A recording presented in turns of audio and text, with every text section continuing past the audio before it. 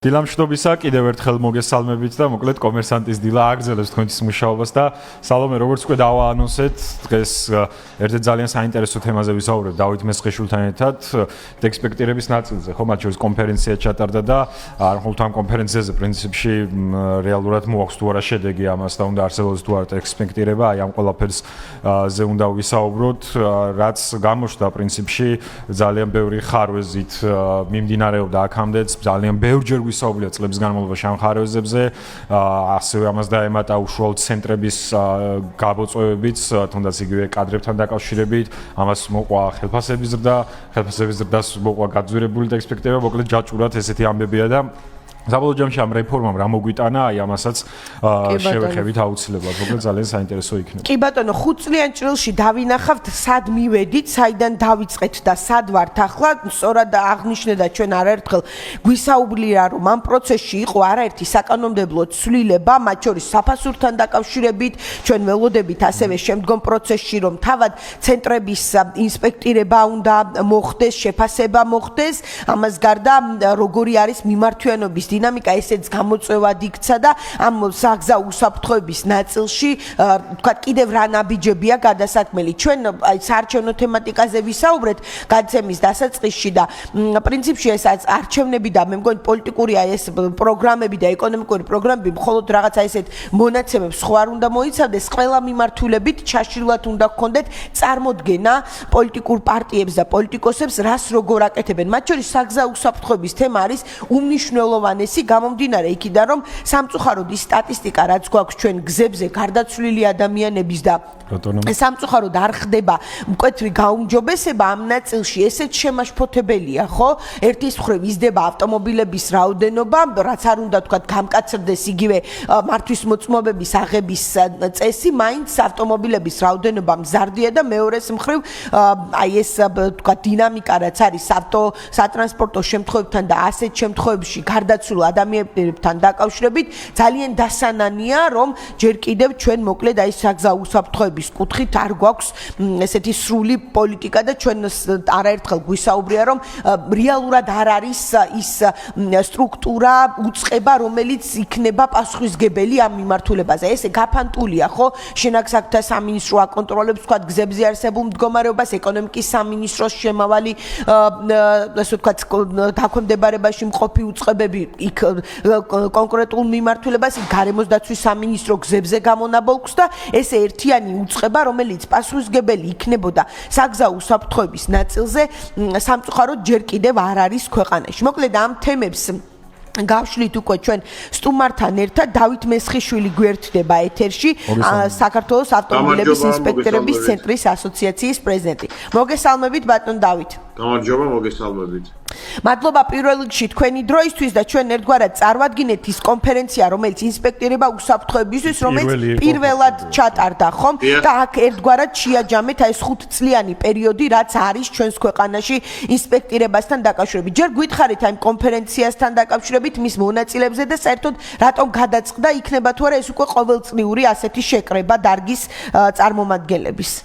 დიახ, იქნება ყოველწლიური, იმიტომ რომ რეფორმის პროცესში ხო ბევრი ცვლილებებია ხოლმე, ან ბევრი პრობლემა, ან რაღაც გამოწვევებია, რომელიც ერთობლივად უნდა გადაიჭრას. დღეს ინსპექტირება უკვე ეხება არაერთ სტრუქტურას, მაგალითად იგივე აკრედიტაციის ცენტრს, სახმელეთო ტრანსპორტის სააგენტოს, შინაგან საქმეთა სამინისტროს, ან როგორც სფერო, ხო, ანუ სხვადასხვა მიმართულებით, გარემოს დაცვის დეპარტამენტს და მათ შორის კოორდინაციისთვის აი ესეთი კონფერენციები არის საუკეთესო საშუალება, პირველ რიგში რომ თუნდაც სახელმწიფო სტრუქტურებმა ერთმანეთის გეგმების შესახებ მოისმინონ და მეორე მხრივ აქეთ ბიზნესმა და იმ ადამიანებმა, ვინც უშუალოდ არის ჩართული ინსპექტირების პროცესის განხორციელებაში, მოისმინონ სიახლეები, ხო, ანუ რა იგეგმება და რა კეთდება. იქნება ყოველწლიური, ამ 5 წლის შეჯამებას ძალიან დიდი მნიშვნელობა ჰქონდა, იმიტომ რომ 5 წელმა გვაჩვენა ჩვენის გამოწვევები, რაც დგას სფეროში და რა თქმა უნდა, გავშლით საუბრის დროს რა გამოწვევებსაც. კონფერენციაზე ჩვენ მოვიწვიეთ როგორც სახელმწიფო სტრუქტურების წარმომადგენლები, ბიზნესის, ასევე დარგის პროფესიონალები და ამავდროულად ორი ჩართვა ჰქონდა ძალიან მნიშვნელოვანი. ერთი ჩართვა ეს განახორციელა სიტას, ანუ საერთაშორისო ინსპექტორების კომიტეტის პრეზიდენტმა გერჰარდ მიულერმა, რომელმაც წარმოადგინა პრეზენტაცია და გვაჩვენა თუ რა მიზანი აქვს საერთოდ ინსპექტირებას როგორც პროცესს, რა მიზანი აქვს და რა შედეგი უნდა მოიტანოს მან საზოგადოებისათვის და მეორე ჩართვა ეს არის გაეროს ეკონომიკური კომისიის საკმაოდ ისე ვთქვათ ცნობილი და გავლენიანი ექსპერტი, რომელიც არის ვოლტერ ნისლერი და რომელიც საქართველოს სანამ დაიწყებოდა ინსპექტორების რეფორმა, ის საუბრობდა საქართველოზე ყველაზე მეტს და ის ამბობდა, რომ საქართველოში დაახლოებით 25-30% ავტომობილების ტექნიკურ გაუმართავობაზე მოდის საგზაო შემთხვევებით და საგზაო შემთხვევებში დაღუპულებს. ამიტომ მთლიანობაში ეს იყო ძალიან მოცულობითი, ძალიან მნიშვნელოვანი კონფერენცია ინსპექტირებულ უსაფრთხოებისათვის, რომელიც ჩატარდება ყოველწლიურად. კი ბატონო, დავით, თქვენ ახსენეთ მათ შორის ამ კონფერენციის ფარგლებშიც განხილული იყო ფაქტობრივად ეს 5-წლიანი პროცესი, რაც გავიარეთ ამ პოლიტიკას, რასაც ქვია ექსპექტირება, სავალდებულო ექსპექტირება, ქონდა თავისი კონკრეტული მიზნები და ამ მიზნის მიღწევაში უნდა ყოფილიყო ეს, ასე ვთქვათ, მნიშვნელოვანი იარაღი ამ შემთხვევაში. როგორ აფასებთ თქვენ ამ 5-წლიან პერიოდის შედეგად? მივიღეთ თუ არა ის შედეგი, რაც ჩვენ გჭირდებოდა? ან საერთოდ ესეთი ნაბიჯები, როგორც ასეთი ამ შედეგისთვის, თუნდაც ამ სავალდებულო ექსპექტირებამ მოიტანა თუ არა? ესეც საინტერესოა, იმიტომ სხვა მიმართულებით წლების განმავლობაში ფაქტობრივად მეც თქვენს და ასე ვთქვათ, საუბრობთ ყოველთვის საუბრობდით, ხო, სხვა პრობლემებზე, შავ ბაზარზე, იგივე ნაწილების თხოვებაზე და ასე შემდეგ. რეალურად შედეგიანობის თვალსაზრისით როგორი იყო ეს 5 წელი და მივიღეთ თუ არა ის ასურველი მოცემულობა, რაც ჩანაფიქრში იყო, როდესაც ეს სავალდებულო შემოვიდა? კი ბატონო, ასოცირების ხელშეკრულებით აღებული ვალდებულებაა მოგეხსენება, თუმცა ის რომ ევროკავშირი ახლა გვაძალებს ამის კეთებას თუ გინდა გააკეთებთ, თუ გინდა არ გააკეთებთ, მაგრამ ფაქტი ერთია, რომ ის ჩვენი ქვეყნის მოსახლეობისთვის უნდა გაკეთდეს, ხო? ანუ ჩვენ ნახეთ სხვადასხვა ამ პრეზენტაციაზე ჯანდაცვის სამინისტროს წარმომადგენლების კვლევა, რა რთული ვითარება არის გარემოს დაბინძურების გამო, ავადობის მაჩვენებლის მატები, ხო? რა რთული მდგომარეობა, იგივე ტრავმატიზმის თვალსაზრისით. გარემოს დაცვის დეპარტამენტმა წარმოადგინა ჰაერის დაბინძურებაზე კონფერენცია. რეალური მიზანი არის საგზაო შემთხვევების შემცირება, მასში დაღუპულების და დაშავებულების და ის რაც ასოცირების ხელშეკრულებით ავიღეთ ვალდებულება თავის დროზე, ეს არის ჰაერისხის გაუმჯობესება. მე ძალიან ღრმად ვარ დაწუნებული იმაში, რომ მომავალშიც და ყოველთვის ჩვენ და ჩვენი ქვეყანა, ასე ვიტყოდი მე, ევროდირექტივების დანერგვით იქნება დაკავებული და ეს არ დაკარგავს არც აზრს და არც მიზანს. ამიტომ ჩვენ ასე ვთქვათ ამ რეფორმას ვატარებთ ევროდირექტივების მიხედვით, ხო? ეს სფერო ევროდირექტივების მიხედვით ტარდება. ის რომ ევროდირექტივები თავიდანვე მთელი სიმძლავრით დანერგილიყო, ხო? ამ შემთხვევაში ეს ავტოპარკი, რომელიც ქვეყანაშია, ვერ გაუძლებდა ასეთ მეტი 10 წელზე უფრო ასაკოვანი არის ავტოპარკი, ტენდენცია ავტოპარკის გაახალგაზრდების შეინიშნება, მაგრამ ეს სწრაფ ტემპში ვერ მოხდება, რა თქმა უნდა. ამიტომ ეტაპობრივად დაიწყო დანერგვა ევროდირექტივის. ხა ამის რატო ამბობ? იმიტომ რომ ესე ვთქვათ, სწრაფი და ხელშესახები შედეგი არ დგას ასე უცბად მჭიდროვადებში, მაგრამ დგას ესე ვთქვათ შედეგები, რომ იგივე გამონაბოლქვის ნაწილში ვიზუალურადაც ხედავთ, რომ შეფერილი კომლიანობის ავტომობილები აღარც თუ ისე ბევრია. სამწუხაროდ ჯერჯერობით საგზაო შემთხვევების სტატისტიკა არ არის დაზუსტებული, კვლავ არის სტატისტიკის პრობლემა და ჩვენ გთხოვთ კიდევაც და მივართავთ ჩინაგასაკის სამინისტროს, რომ თანამედროვე მეთოდი დანერგოს, რომ ჩვენ გავიგოთ ზუსტად რა მიზეზებით ხდება საგზაო შემთხვევა, რამდენი პროცენტი არის ტექნიკურად გაუმართავობის გამო უშუალოდ შესესეს მიერ დადგენილი, თორე ისე გაეროს ეკონომიკურ კომისიას დადგენილი აქვს, რომ განვითარებად ქვეყნებში ეს არის დაახლოებით 25-30%, რაც ჩვენ შემთხვევაში 150 დაღუპულ ადამიანს ნიშნავს ყოველწლიურად. ამიტომ ხელშესახები უფრო რომ გამოჩნდეს ეს დადებითი შედეგები, ალბათ მას შემდეგ რაც ევროდირექტივები სრულად დაინერგება, თუმცა ახლაც გარკვეული დადებითი ტენდენციები ამ ქვეშ შეინიშნება. პრობლემები დარჩათ, რაც ჩამოთვალეთ, იგივე ავტონაწილების გაქირავება, კატალიზატორის, ეგრეთ წოდებული კატალიზატორის ჩათვლით, რაც ძალიან ცუდი ფაქტებია. და საბურავებიც და ასე შემდეგ, ხო? აი, მომსახურების ღირებულებაზეც რო ვისაუბროთ, აქაც ორი მიმართულება, ხო? გადაიხედა, ხო, ეს რაღაც განმეორებითი თემა, თუმცა კი. აი ამ ნაწილზეც, იმიტომ რომ მათ შორის იგივე ცენტრებს მუშახელის დეფიციტი ექნებოდათ ხელფასების გამო, ამას მოყვა შემდეგ ფასების კორექტირებაც. აი ეს პირიქით სტიმულს ხო არ წარმოშობს, აი ეს კითხვა ყოველთვის მაწუხებდა, თუნდაც ზღოლებისთვის, იმიტომ ბევრს არ გაუვლია, ხო, მაინც ეს ექსპექტირება და ამ გაზრდილი თანხის პირობებში აი როგორ ფიქრობთ, უფრო ხო არ წაახალისებს ეს ამ ერთგვარ შავ ბაზარს მათ შორის, რომ ჯერ თანხები არ არის გაზრდილი, მხოლოდ განმეორებითი ეს უკვე ერთ წელია, რაც არის ფასიანი, ისედაც უფასო ფიზიკურად შეუძლებელი იყო, ხო? განხილვა აქტიური ფასის ზრდაზე ჯერჯერობით არ მიმდინარეობს, უბრალოდ ინსპექტირების ცენტრებმა და ბიზნესმა, მოდი ასე ვთქვათ, თავის პოზიცია დააფიქსირა, რომ იმ ღირებულებით, იმ საფასურით, რომელიც დღეს ინსპექტირების ცენტრებს აქვთ, მათ და გაზრდილი ხარჯების პირობებში, გაზრდილი ხარჯები უკავშირდება ტექნიკური აღჭურვის შეძენას, განახლებას, ინსპექტორებისთვის თვალსაჩინო ხელფასების იცით რა მატებაც კი არ არის სწორი სიტყვა, იმიტომ რომ ინსპექტორის უნდა კონდეს თავის სამუშაოს მოცულობის შესაძლებელი სამუშაოს მოცულობის ოდენობის ხელფასი, რომელიც დღეს მე შემიძლია გითხრათ რომ არ არის ასე, ამიტომ გადინება ინსპექტორებს არის მაღალი, კვალიფიციური კადრი მიდის, ან გადის საერთო სფეროდან და მათ შენარჩუნება ინსპექტირების ცენტრებს უჭირ. ეს რეალობა დადგა ნამდვილად და ასევე 5 წლის შემდეგ მოგეხსენებათ ყველა ტექნიკურ აღჭურვას აქვს თავისი ცვეთა, საჭიროებს შემდეგ შეკეთებას უკვე დამატებით ხარჯებით წარმოიშვა და ამასთან ერთად კიდე ის რომ ბიზნესმა დაიწყო ინსპექტირების პროცესი და აღჭურვა თავისი ესე ვთქვათ ცენტრებით, შენობა ნაგებობებით გარკვეულწილად ცესხებით, ხო? ანუ როდესაც დაიწყეს ეს ბიზნესი. ეხლა მაშინ იმ ევროს სხვა ძალა ქონდა, მე არ ვარ ეკონომიკის სპეციალისტი, თუმცა ვხვდები რომ როდესაც ეს სიხდის ადამიანი, მაშინ სხვა ძალა ქონდა იმ ევროს თუ არც, ეხლა სხვა.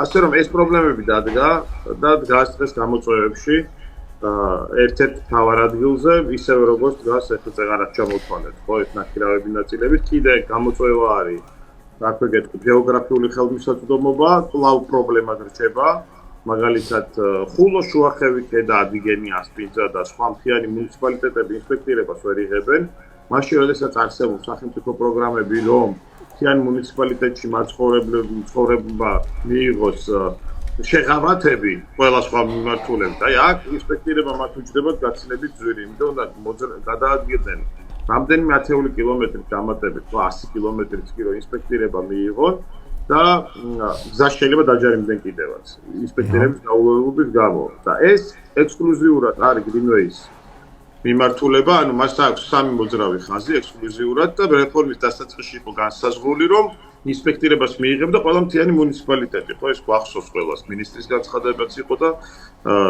აბა ისედაც მოძრავი ხაზი რას ქვია, უძრავად არ უნდა იყოს.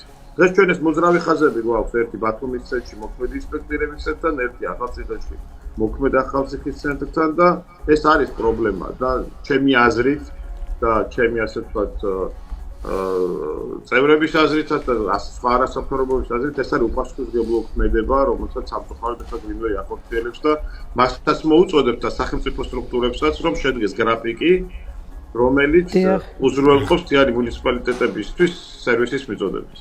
კი ბატონო და ბოლოს ჩვენ ვახსენეთ დასაწყისში რომ ეს რაღაცა არჩევნებამდე ძალიან ცოტა დრო რჩება და პროგრამებსაც გავმახვილეთ ყურადღება, ნუ ბევრი დაპირება გვინახავს, თუმცა აი ეს მიმართულება იგივე საგზაო უსაფრთხოების და ზოგადად ამ ნაწილში პოლიტიკის, არ ვიცი ჩვენ გამოგვჩა თუ ზოგადად არ არის პოლიტიკური პარტიების თვალთახედვაში. აი ამაზე რა სიტყვით, რამდენად მნიშვნელოვანია რომ აი ამ სფეროსაც შესაბამისი ხედვა გქონდეთ პარტიებს ამ საკითხთან დაკავშირებით. ხო, ნუ პირველი ის რომ თქვენ თავში ბრძანეთ გარკვეული სიახლე არის, რომ საგზაო უსაფრთხოების დეპარტამენტი შეიქმნა ეკონომიკის სამინისტროში თუ რაღაც რამდენიმე თვეა, ანუ ასე ვიტყოდი რომ ფორმირების პროცესშია, მაინც რომელმაც უნდა გაუწიოს კურირება სამთავრობო გეგმა საგზაო უსაფრთხოების და ვნახოთ რა შედეგები იქნება, ჩვენ აღვთქვით გვერდით დგომა, იმიტომ საგზაო შემთხვევები არის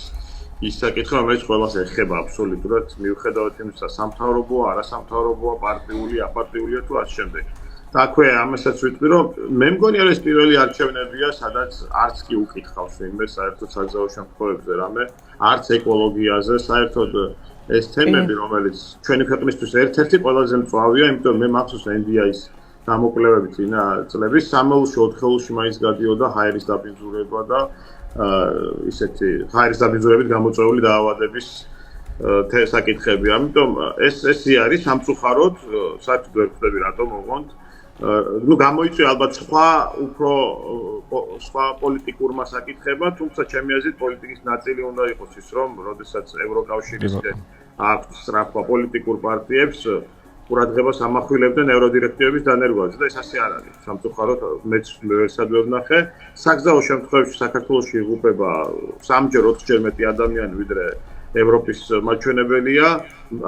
წარმოიდგინეთ, ბოლო 10 წლის განმავლობაში დაიღუპა 5000-ზე მეტი ადამიანი და მათგან უმრავლესობა არის ისეთი ახალგაზრდა საშუალო ასაკის, რომელმაც ამ ქვეყნის ცხოვრებაში რაღაც უნდა შეცვალოს ასიკეთოთ, ხო? მე მარტო ის დაღუპული ხო არა მისი ოჯახის წევრები, როგორ ზიანდებიან, რა სტრესი იღებს ოჯახივე, აღარ არის შრომის ნაყოფიერი და ასე შემდეგ და ასე შემდეგ. უამრავი საკითხი არის აქ მოკლედ. და მით უმეტეს ჰაერის დაბინძურება კიდე ცალკე საკითხია. მე არ მინახავს ეს და ძალიან სამწუხაროა. ალბათ შემდეგში ვფიქრებენ, რომ სამომავლოდ არ ვიცი, განიხილონ საკითხები იმის დამიხედვით დაუშვათ რა შედეგებს აჩვენებენ, იმიტომ რომ ეხლა წესით საარჩევნო პროგრამაში ეკოლოგია, საგზაო უსაფრთხოება და მაშინ როდესაც ერთ სიტყვასაც ვიტყვი და დავასრულებ, მაშინ როდესაც საქართველოს აქვს ამბიცია და მათ შორის პოლიტიკურ პარტიებს რომ საქართველო არის ესე ვთქვათ სატრანსპორტო ლოგისტიკური ჰაბი და გეოგრაფიული ცენტრი ევროპასა და აზიას შორის დამაკავშირებელი, აბა ტრანსპორტი სად არის საერთოდ? ხო, საერთოდ ტრანსპორტის თითქმის ასე ვთქვათ ეს წინადადებაც თუ იპოვეთ, კარგი იქნება, მით უმეტეს ჩაშლა და ტრანსპორტი პირველ რიგში და პირთების გადაზიდვა, რაზეც აქვს ხოლმე აქცენტი და ლოგისტიკის დაკავშირებული. ეს ჯერჯერობით სამწუხაროდ არ ჩანს, ამიტომ მე იმედი მაქვს, რომ მომავალში მაინც ალბათ არჩევნების შემდეგ, როდესაც კონკრეტულ პროგრამებზე წავა მუშაობა, მე მაინც დაინტერესდებია. კი ბატონო, დიდი მადლობა. გისურვებთ წარმატებებს. დავით მესხიშვილი საუბრობდა ჩვენს ეთერში, ჩვენ ვისაუბრეთ იმ რეფორმაზე, რაც საგზაო უსაფრთხოების და ნაწილშია და ინსპექტორების უსაფრთხოებისთვის ბოლო 5 წლის განმავლობაში გავიარეთ. საქართველოს ავტომობილების ინსპექტორების ცენტრების ასოციაციის პრეზიდენტი და აღვნიშნეთ ისიც, რომ წელს სულ რამდენიმე დღის წინ პირველად გაიმართა კონფერენცია ინსპექტორება უსაფრთხოებისთვის, რომელიც როგორც გავიგეთ, ყოველწლიურიც იქნება და სწორედ აი ასეთი თემების გაშლა მნიშვნელოვანი უსაფრთხოების იქნება ეს ჰაერის დაბინძურების ნაწილში თუ სხვა არის ძალიან მნიშვნელოვანი პროცესი.